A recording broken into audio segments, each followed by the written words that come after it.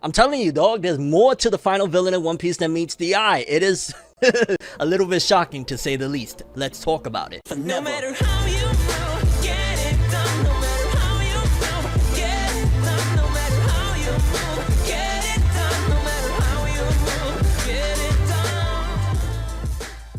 Well, definitely for starters, I want to throw out there that I'm Sama is, in my opinion, a representation of something that differentiates us from animals, so to speak. And what I mean by that is, I'm pretty sure that the one of the differences, obviously we're very different from like a cat or a dog. I'm Sama, one of the big things is I'm, right? And with One Piece, there's a lot of messing around with words. For example, we thought for the longest time we was going to Raftel, turned into Laugh-Tale. Well, I'm Sama, I feel like there's a deeper meaning to it in terms of the difference that separates us from like a regular animal. Well, what about if I'm Sama off rip is basically like not necessarily a genetic splice, but basically the difference between us and animals, and maybe, who knows, the devil fruits originated from his DNA. If he is I'm Sama, if he is the whole embodiment of self-preservation, while I will think of, let's just say I see an old lady on the street, she fell down, she broke her hip, and she's begging for help, I'm gonna jump over there and be like, bam, I gotta help shorty. I'm Sama, I'm the I is not going to give a fuck and is gonna be like, yo dog, I'm gonna go out my way for the old lady. That's one of the big essentially pushings of evil, so to speak, within the One Piece world at that, but especially the difference between humans and animals. But what about if an animal that still has that self-preservation mind, doesn't have the you caring about other people within mind, but continues on and also has the mindset of a human? That's dangerous, and that's what makes right there off rip,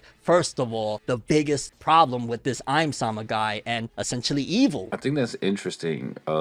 Especially considering like how the world government, their whole purpose is self-preservation of their hold on the power foothold, right? And the fact that over however long the void century was, they've been trying to keep the truth hidden from the rest of the population because it could turn the tides of the, I don't know, whatever of history forever. So you do get this guy, who for all this time they've told us that there is no one true ruler or nobody can sit in the throne, and then this dude like pulls up. Not only you got the four guys that everybody answers to is answering to this dude, right? And then you got him with his eye on Blackbeard, Luffy. So that's two people with the will of D, who we know are natural enemies of the celestial dragons, and then Shirahoshi, who is one of the three weapons, right? And then you got Princess Vivi, who allegedly lives in the country where one of the supposedly other weapons are. So it does seem like he has his sights set on self-preservation via getting rid of the biggest perceived threats. One with, now we know that Luffy has a god mythical whatever the fuck, right? So where it's like the human fruit, which signifies the drums of liberation or whatever from, you know, Joy Boy. So now it's all coming full circle where it's like, yo, we're gonna overthrow the balance of power.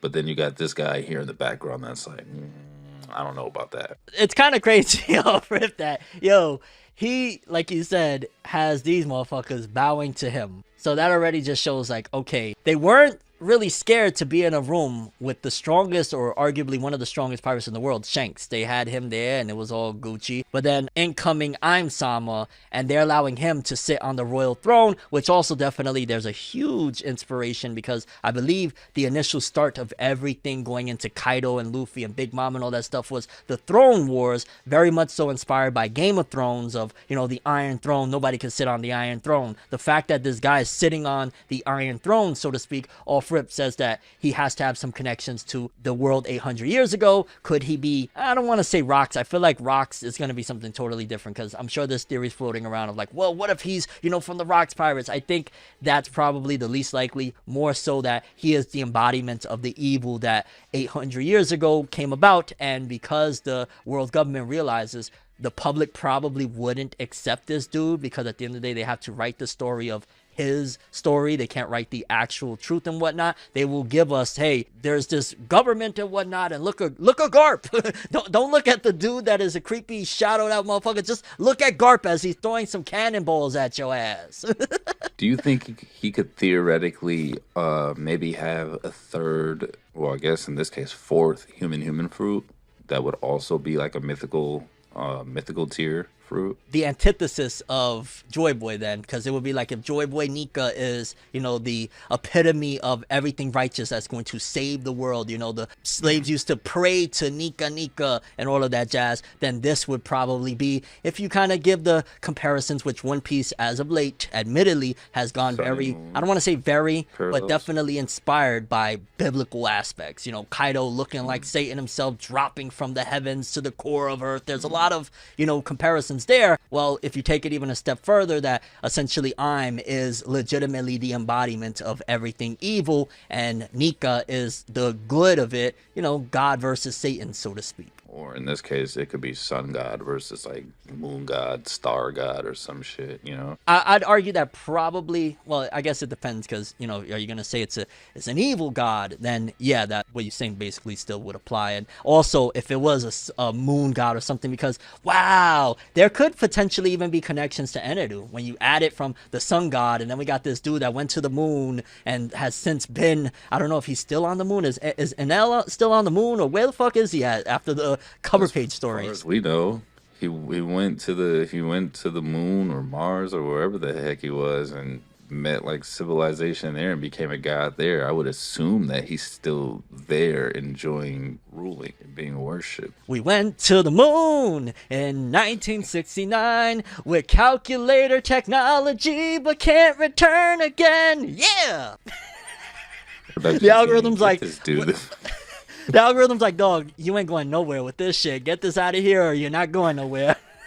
Get this mess out of here. Now, not to stray too far away from Immu, but I am wondering if, well, not even if, like, how is the Revolutionary Army going to play a role in this? Because as far as we know, they have Sabo. Do you So think do that you there's a think- possibility that they were even started, the Revolutionary Army, because of Aim Sama? Is their whole objective to take down Aim Sama? Obviously, they're basically targeting the world government. How much do they know? Does Monkey D. Dragon know everything? It would be really interesting if Dragon and Im or Eam or however it's pronounced, like, grew up together, maybe the same way like Luffy and Ace and Sabo all came up together under whoever's tutelage. Like, what if those two like kind of grew up together and like one joined the Navy, like Garp wanted, and the other one like saw the truth of what's really going on. It was like, nah, this ain't right. We gotta make some changes. You know, Ooh, that could like if Aim Sama potentially could a be, possibility. like if Aim Sama could be like even potentially Dragon's brother. That would be an interesting little spin there. That would be crazy, because essentially Luffy's uncle would be the ultimate villain of holy shit.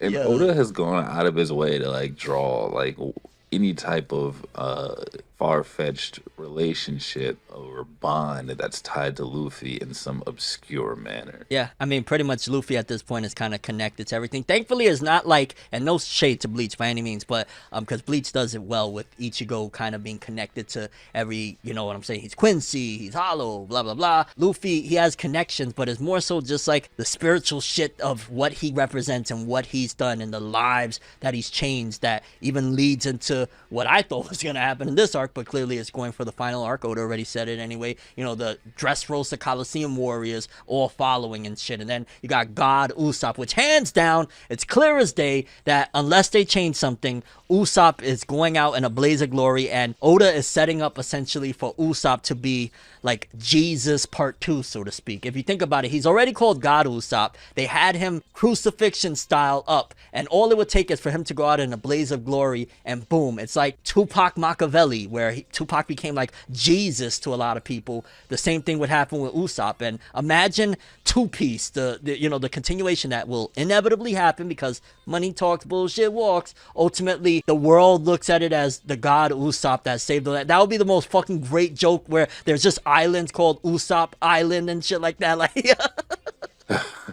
So here's my take on the Usopp thing. Because I had been recently doing a One Piece rewatch, and when we got to the part where it's Usopp versus Luffy fighting for possession of the Mary, and Usopp's like, yo, I'm not like you guys. I can't do what you guys do. You know, you guys are like the strongest three. Like, you're freaks, you know, and I'm just this regular human. But even up to that point, Usopp was doing like superhuman shit. Like he was sniping people from over 100 meters at the top of the tallest tower. Sogeking King, Little tiny- burn that shit down. He was shooting flags. Like he shot like 3 people that was on Robin in like less than 5 seconds, and they were all like incredibly accurate. He takes like damage that his durability is probably up there with Zoro. He may like break a few more bones, but dude still be running around like it's nothing. And I'm wondering if like the next step for Usopp could be advanced observation hockey by the end of the series, but also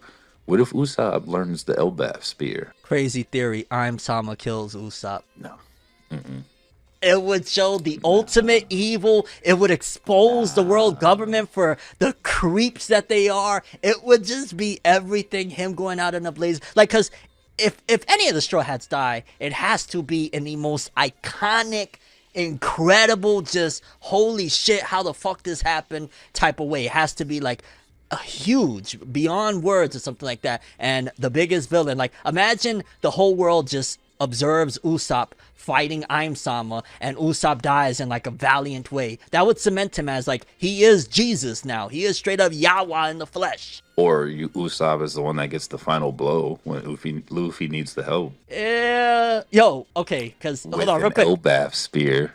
Real quick. Elbaf spear. We got it. Zoro, tell me, do you think Zoro, the same way the Zoro fandom carried on their Elbaf spear, so to speak, from the Kaido situation of he's gonna kill Kaido, didn't happen. Zoro kills Aim Sama. Your thoughts before that becomes the big talk of the town for the next 5 years? I actually really thought Zoro was gonna get the final blow on Kaido because of the You was one of them. he had. This guy, get him. I was.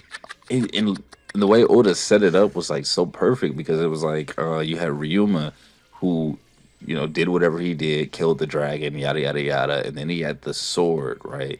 And then the scar. He goes off and takes over. Well, he dies, but his corpse gets Brook's shadow, and then he has to fight Zoro, who now has to have his skills set up against the greatest swordsman from Wano. Gets the sword, goes to Wano, and it's like, all right, hey, this is national treasure. However, in exchange for this sword, we'll give you the one sword that actually harmed Kaido. And it kind of felt like when Zoro got that and he had to overcome that obstacle and then he had to fight Kaido with it, I don't know if Zoro even like hitting Kaido helped Luffy in the long run any more than what Killer did to Kaido. So now we've seen Zoro have to come face to face with the Grim Reaper. So what does that mean for Zoro moving forward?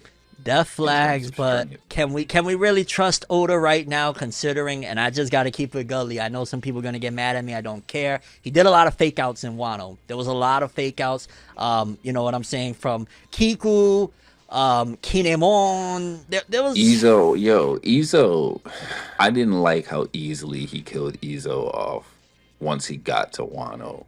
Because you've been gone for so long, you didn't really get to see your twin that long. You came to help, but then you also like kind of died off rip. Yo, settle this quick thing. Boom. Off top. Well, not off topic, but slightly off topic. A debate I had with a friend of mine. How many Thunder Baguios you think Sanji could take before he's killed? How many did Luffy take? I don't recall, to be honest with you.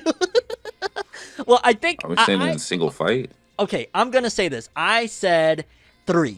I said that he could take 2 and still be standing, but the third one, it's a wrap for the Pisces god. Depends. Does he have Diable whatever activated? Right now where he stands with the modified, like his body being slightly modified now, the Germa shit awakening inside of him after he don't even need the Sober Mask, you know, outfit anymore. Where he's at right now, how many Thunder Baguios at 100% Sanji at this current moment? How many is he taking? And you know, he'll die at X amount, 5, 4, 7, 12.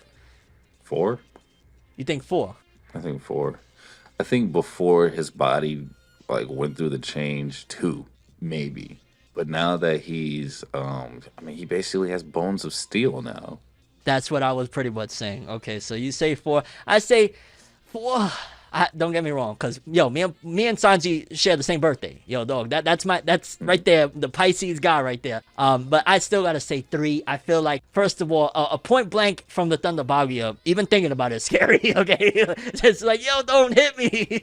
But then on top of that, dog, Sanji, I don't know, man, cause yeah, it's tough. I guess cause we haven't seen a full demonstration of where his Germa body is right now. Did he took Queen out though, right? Mm-hmm. So, I mean, he took but he did struggle against Queen, and this is Kaido. Kaido, I mean, look at what happened with Queen and King at the hands of Green Bull. They're not even on, well, Green Bull versus Kaido. Oh my god, there's just so much going on in this freaking amazing story right now. Holy shit. And I mean, I get that, like, he struggled against Queen or whatever, but he already had a lot going on. Like, he had just come from whatever he was dealing with the Widow chick, who he couldn't fight back. So he, like every fight, takes a bunch of unnecessary damage because he can't hit a woman. So he's already kind of wounded and tired. Now you got to go deal with the third in command. Yo, Sanji is cancel proof. He can't be canceled because he will never fuck around, dog. Shout out to Sanji, bro. Thriving in 2022, baby. Is he though? Like, in the same breath that he won't lay hands on a woman, he'll go peek on her. Ooh, true. Never mind. I take it back. Sorry, Sanji. You're on your own. I forgot. Motherfucker almost died from blood loss from catching a boner at fucking Fishman Island. And it's canon. Sanji's a monster fucker is what he is. The all blue is him having like the craziest orgy and making a whole bunch of bitches just fucking start splooshing everywhere. That's the all blue. Yeah, that's disgusting. I'm gonna have to bleep or edit some shit there. I don't care what it's gotta say. Oh, boo bitch. Yo. Okay, well then, how many Thunderbolt do you think Zoro would take? Well, how many did? Cause he survived a lot, dog. He survived a lot. Granted, he was fucked up, and Chopper had to basically give him that emergency medicine, sensu bean shit. But he took a big giant blast from Big Mom and Kaido, didn't he? I think Zoro could take the 4.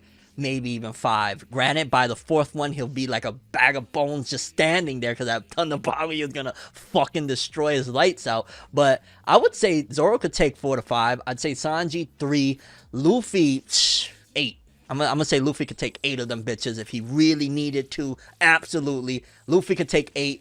Zoro 5. Sanji 3. I'm interested to see moving forward Sanji and Yamato's dynamic. Do you think that Yamato moving forward is going to have enough relevance to even kind of have an impact in the war against I'm Sama? Because I'm scared. One of the things I'm scared of is that, you know, with typical any storytelling, right? Yamato is a freaking strong powerhouse. Off rip, this character is one of, you know what I'm saying? Look at where we're at and what was done at the hands of Yamato. Very freaking strong. I'm scared that Oda's going to play into the typical trope of we're past this, you know, arc now, so now we gotta downplay this character because they're not really central to the current time. And that's what I'm scared of. Like, if I ever see one scene of Yamato running and hiding with Nami and Chopper, I am going to freak out. I'm not even gonna lie. That better not happen because this is Odin 2.0 essentially. And if you're Odin, you better be Odin. I don't think Yamato's gonna like be running scared, but I do think that Yamato's gonna have to deal with realizing that there are stronger people out there in the world, and Oda is gonna have to figure out Yamato's place in the tier list for the Straw Hats in terms Number of 4, strength. off rip. Well, we haven't even got we still haven't really gotten to see Jinbei like really get into it. Oh, come on, dog. Come on, man. Give me one fight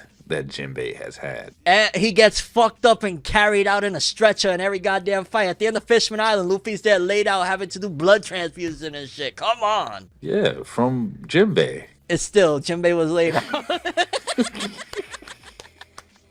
Jinbei was like, yo, let's just swap some blood or some shit. I'm tired, bro.